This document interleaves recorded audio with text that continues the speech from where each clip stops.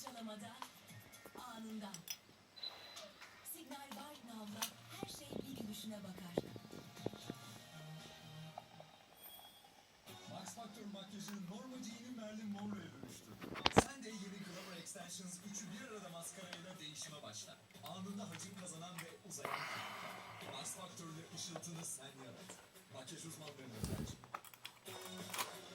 Ünlü makyaj artisti Rıfat Yüzüalp, Max Factor'u öneriyor.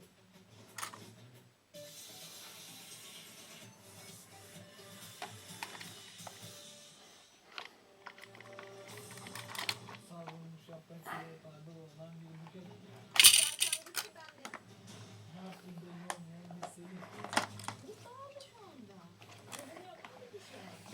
Kimi hizmet ettiği belli olmayan bir bağcık.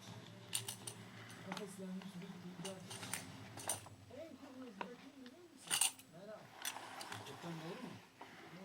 Serkan ağlamıyor işte. Sıcak suyu galiba. Ben YouTube bana bir adamı kaybettim. Serkan'ın hakkını size versem aklıma gelmezdi ya. Meral bak ben sana inandım. Abi her şeyi biliyoruz sizi. O arayı sağ suratını Ütopya yeni bölümüyle bu akşam Survivor'dan hemen sonra TV8'de.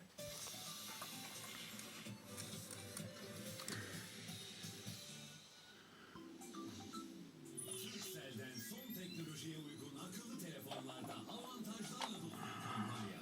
Sony, LG, Samsung, Turkcell Turbo T50 hepsi çok akıllı, hepsi 4G uyumlu. Üstelik şimdi 350 liraya varan indirimler ve tam 2 ay boyunca 1 GB'a varan internet paketleriyle Turkcell iletişim merkezlerinde sizleri bekliyorlar. Turkcell, birlikte her gün daha iyi.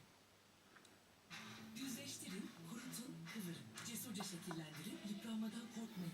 Tamamen yenilenen Pantene keşfedin.